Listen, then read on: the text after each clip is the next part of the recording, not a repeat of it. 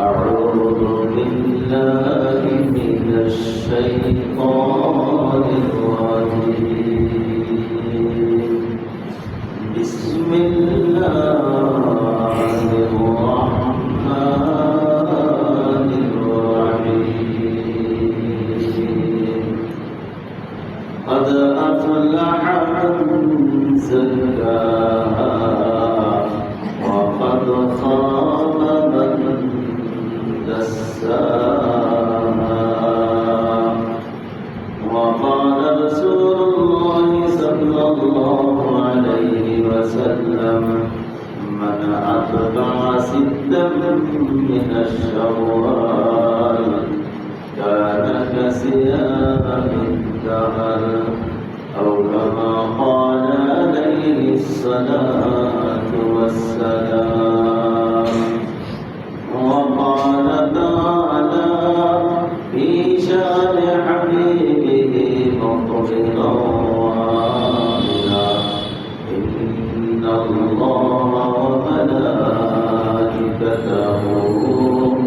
يصلون على النبي يا أيها الذين آمنوا صلوا عليه وسلموا تسليما اللهم صل على سيدنا مولانا محمد وعلى آل سيدنا مولانا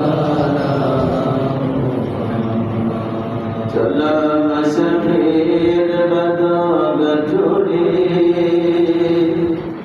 बहुत जाना पड़ेगा आज भी जाना कल भी जाना जाना एक दिन पड़ेगा अल्लाहुम्मा सल्ली अला सय्यिदिना मौलाना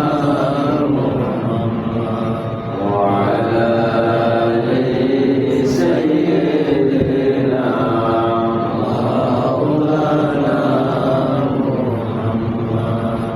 الحمد لله আল্লাহ পাকের দরবারে অনেক শুকরিয়া যিনি আমাকে দীর্ঘ একটা মাস সিয়াম সাধনার করে আজকে মাহে শাওয়ালের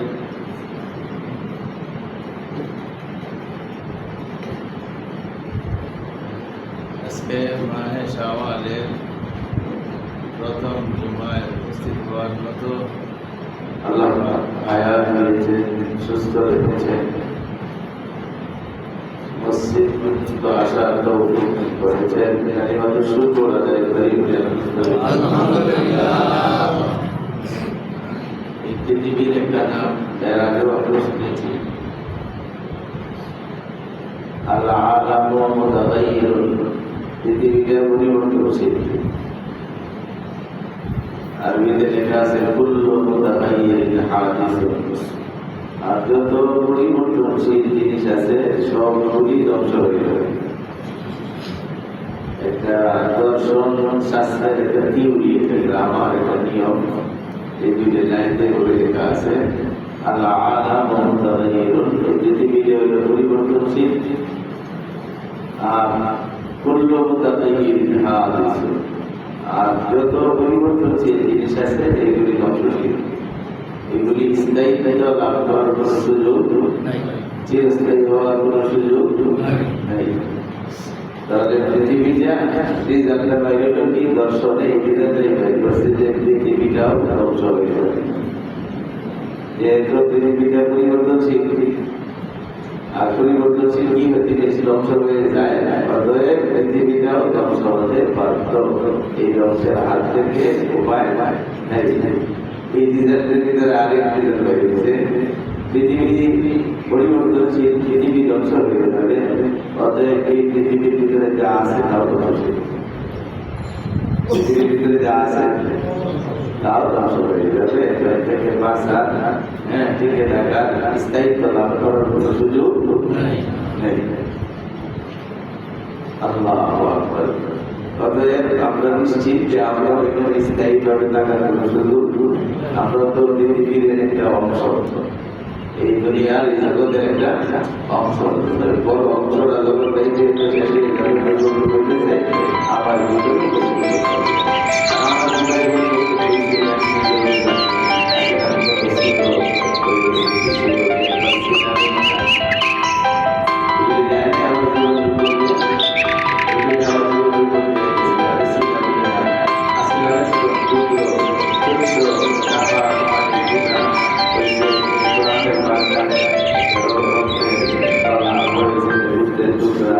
পরে আস্তে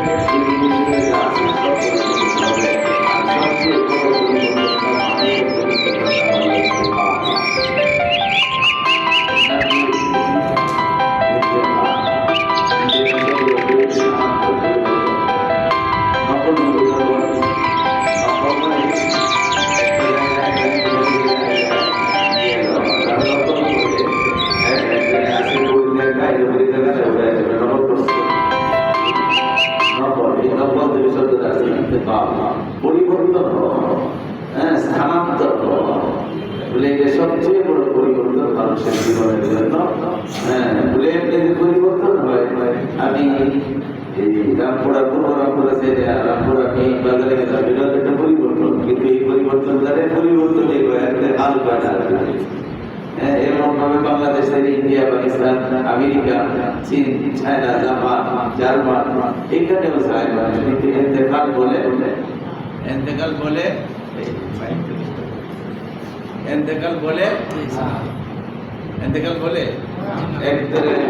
পরিবর্তনটা জাগতিক ভাবে পৃথিবীর ভিতরে বলে পরিবর্তন। বাংলাদেশটা আমরা আছি উপরে, আমেরিকার কাছে আমরা নিচে, মানচিত্রের বাইরে, বিশ্ব মানচিত্রের ভিতরে জিনিসটা ভুললে আবার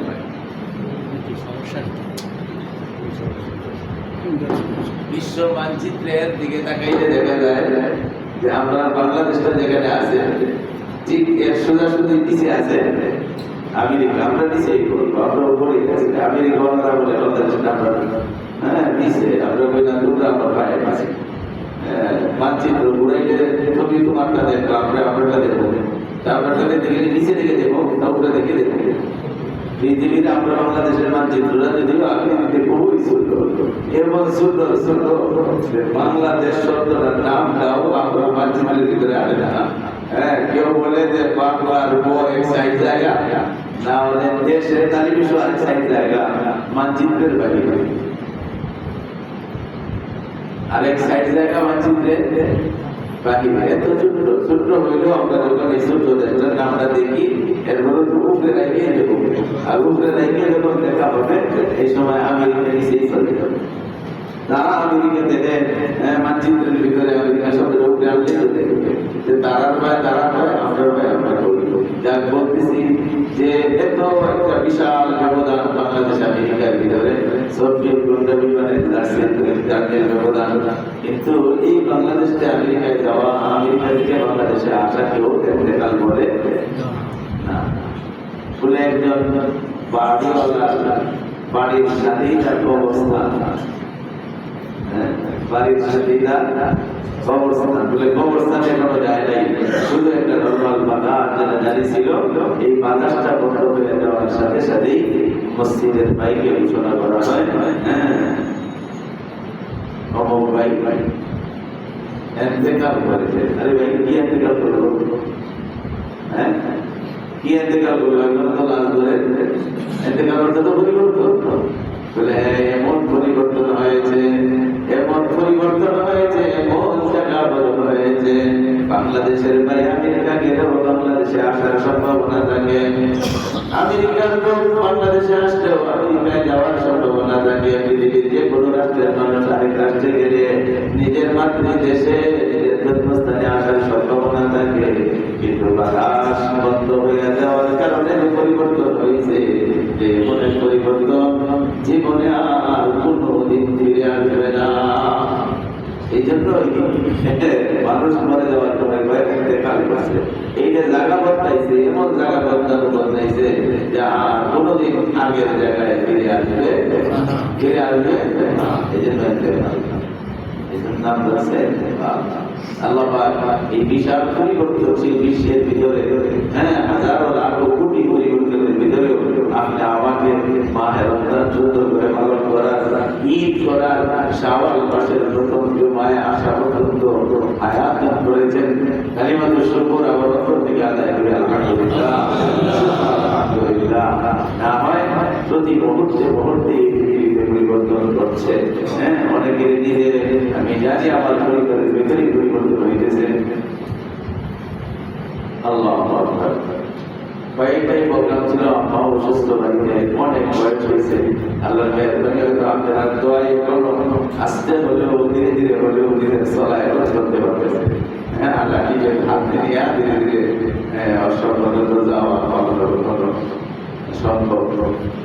এই সারা রমজানের ভিতরে কষ্ট হয়েছে বলে রোজা দিচ্ছে রোজা দিচ্ছে আমার পাঁচটা থেকে যেমনি পাঁচটায় অনুমতি আছে রোজা না রাখার, চেষ্টা করে রাখছে। গুণা গুণা হওয়ার জিনিসই গুণা হওয়ার জিনিস না, আপনার অনুমতি আছে না রাখার।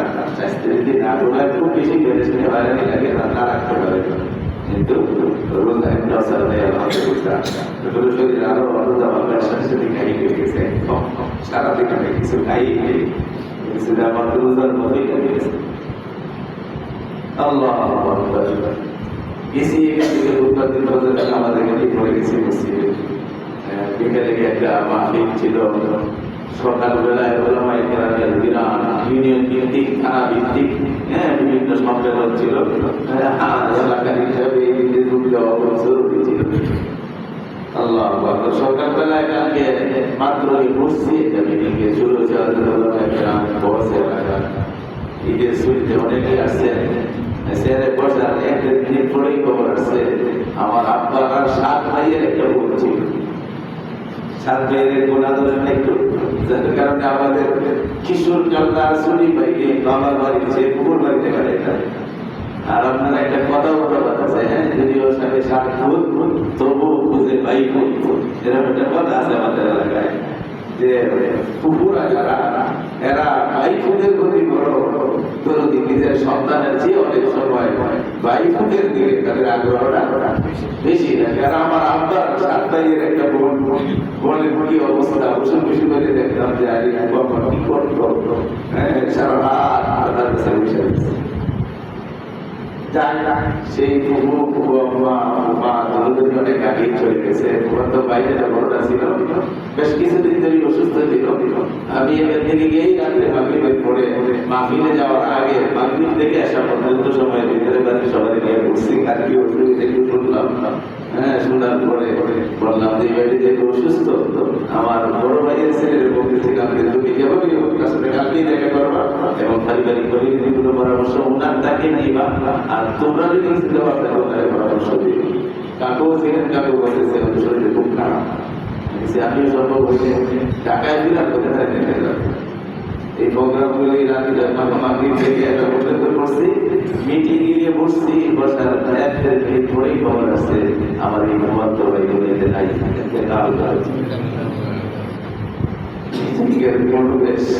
পরিবেশ মনোভাব সব চেঞ্জ হয়ে গেছে। কোনো হাজির যেহেতু এক সময় সুযোগ আসছে, সিরিয়াল আসছে, কথা বলার কথা বলতে কথা বলার আগে বলছি যে সবার কাছে তো আছে, আমরা পুরো টাইম এখানে দিতে পারবো না, আমি এখনই চলে যাচ্ছি। সবাই একটু অসুস্থ করছে, অনেক ওরা মায়ের মহব্বত করতেন, শিক্ষিত হিসেবে চাকরি দিয়েছিল, সরকারি চাকরিজীবী ছিল, পরে শেষের জীবনটা ব্যবসা করতে সংক্ষিপ্ত ছিল।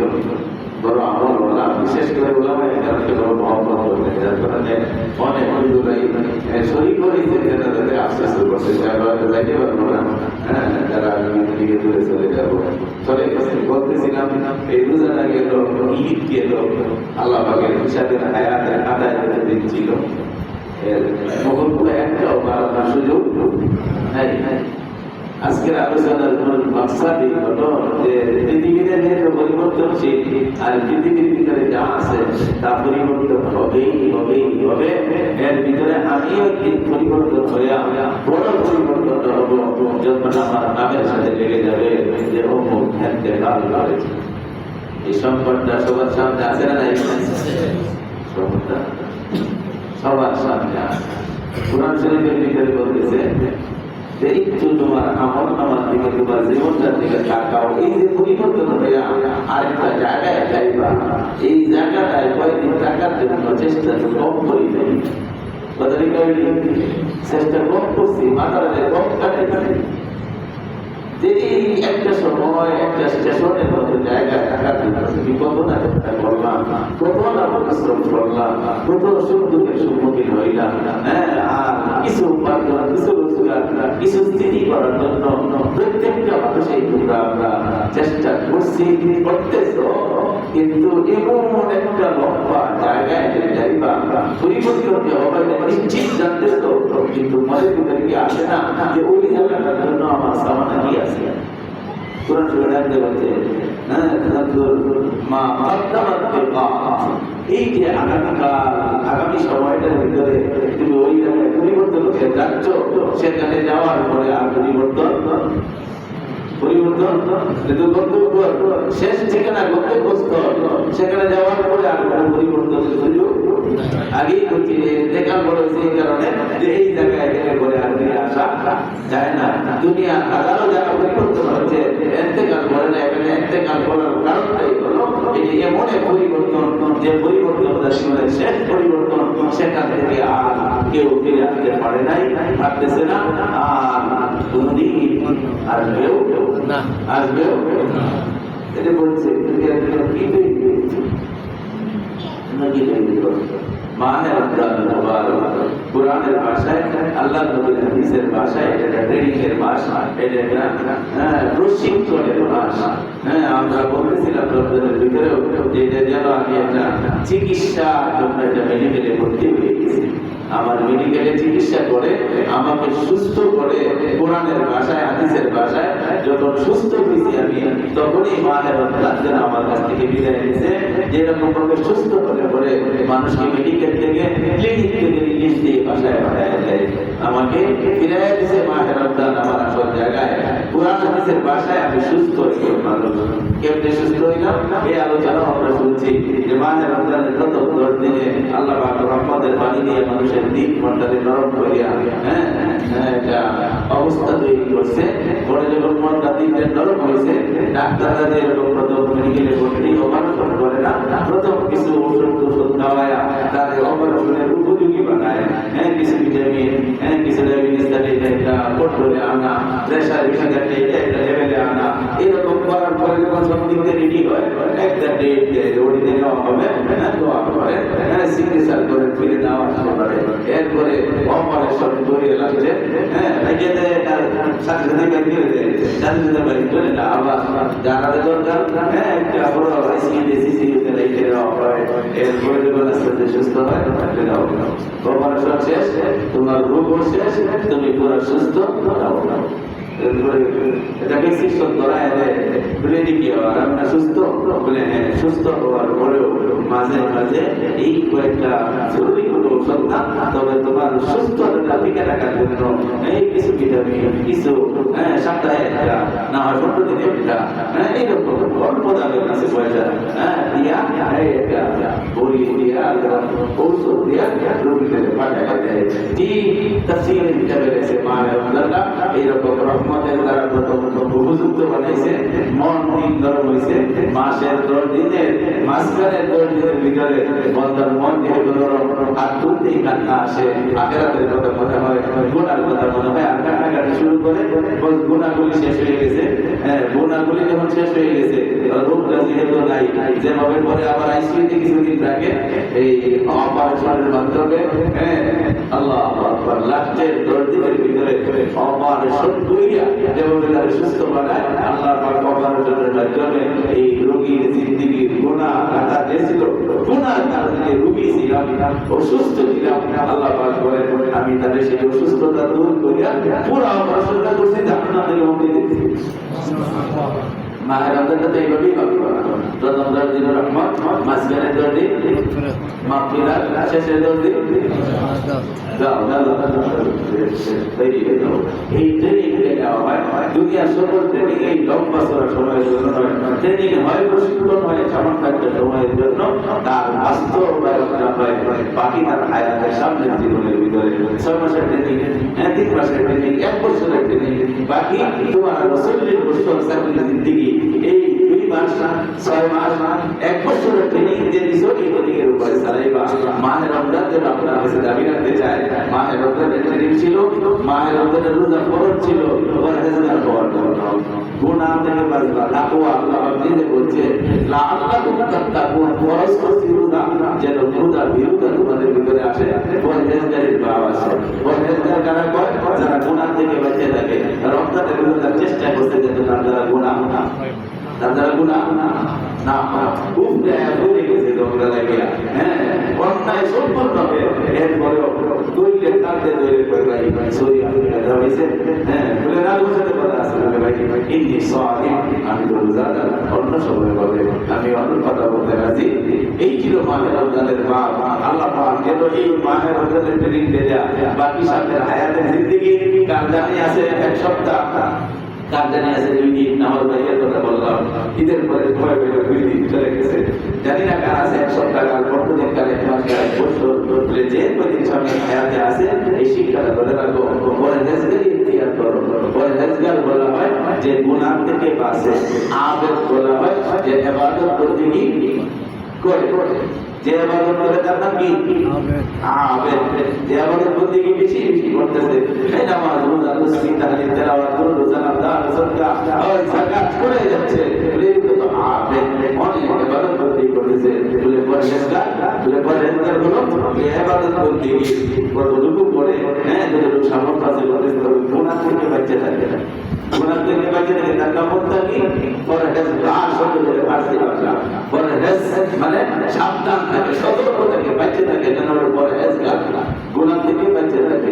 বলে তাহলে একজন আবেদ আর একজন পরহেজগার, দুইটার ভিতরে ব্যবধান কতটুকু, পার্থক্য কতটুকু, স্নান করতে বেশি স্বাভাবিক চেয়েছি আগে এবাদত আবেদ কোথায় এবাদত করতেছে, হেরিতে বর্তবা ইজ্জত প্রেস্টিজ অনেক বেশি।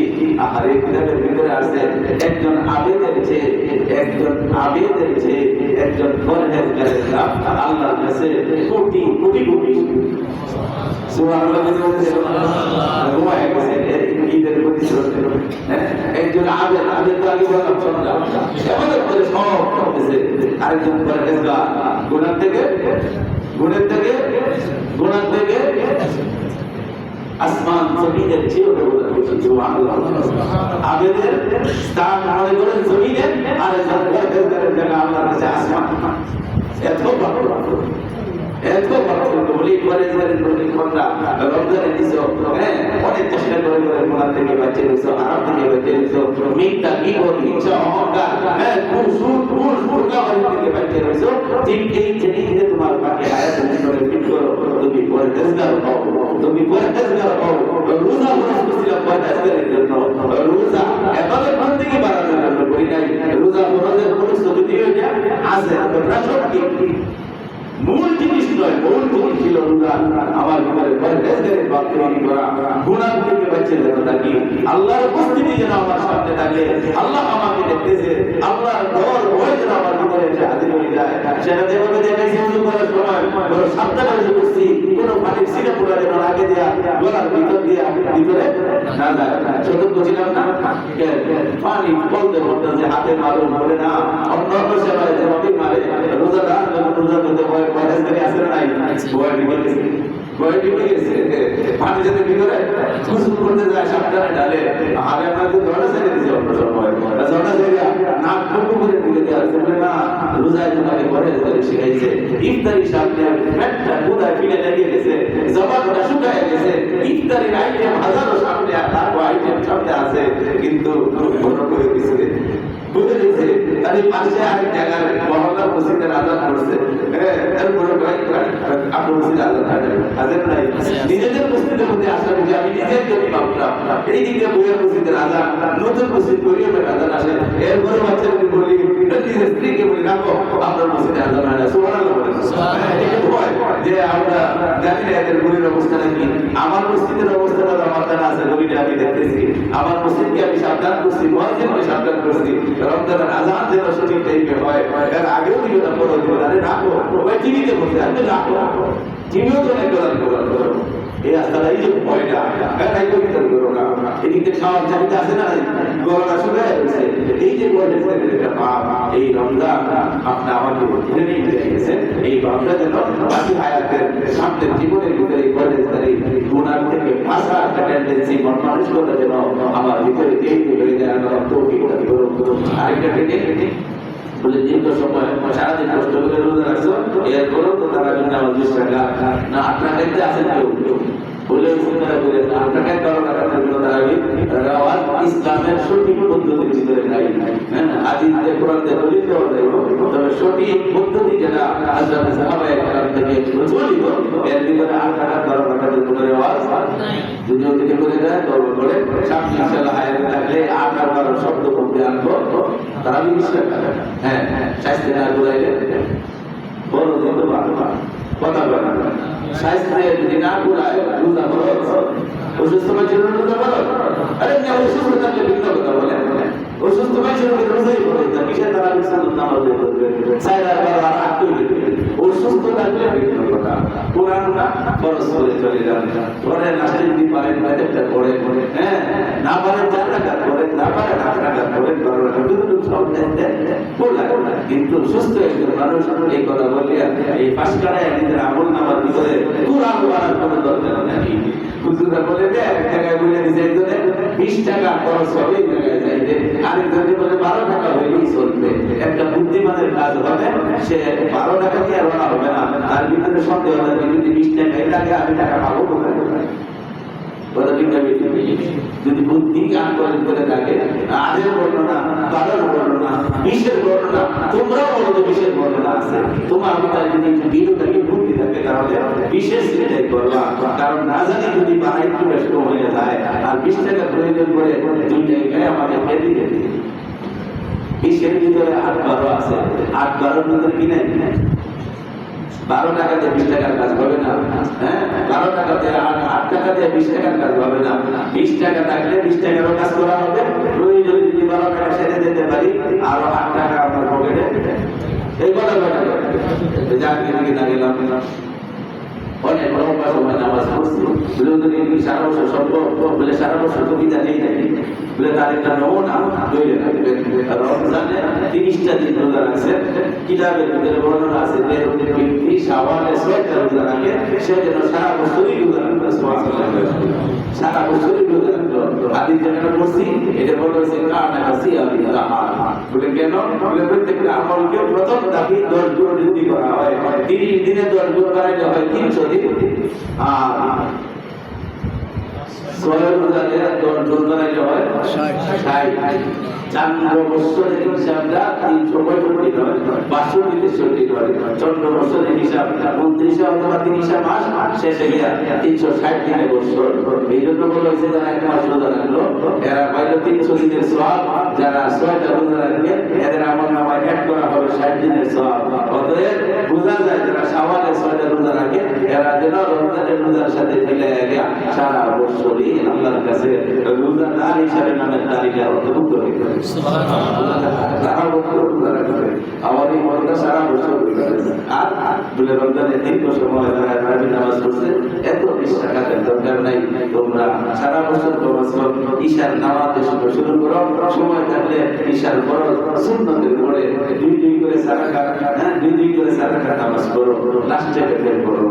যদি না পারো বেদের পরে 2 রাকাত নামাজ পড়ো।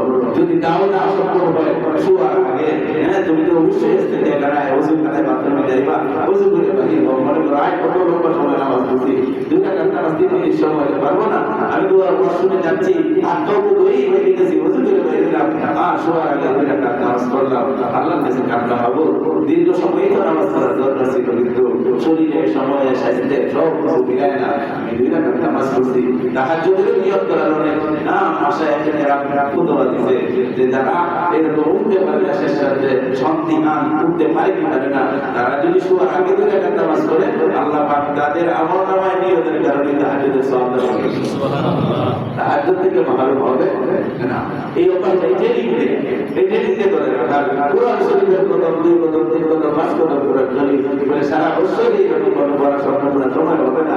ছাত্র স্টুডেন্ট লেখাপড়ার কারণে এরা বলে শিক্ষকরা বেড়াপড়া যারা আছে তাদের শিক্ষা দান করার কারণে, ব্যবসায়ীরা ব্যবসার কারণে, চাকরিজীবীরা চাকরির কারণে এত সময় পাবে না বলে 1 পারা পড়ছো 2 পারা পড়ছো, তুমি সারা বছর একটা সময়ে যে কোনো সময় তোমার সুযোগ হয় 2 পাতা পড়তে পারবে না, 2 পৃষ্ঠা তো পড়তে পারবে না। ট্রেনিং ধরে চেষ্টা করবো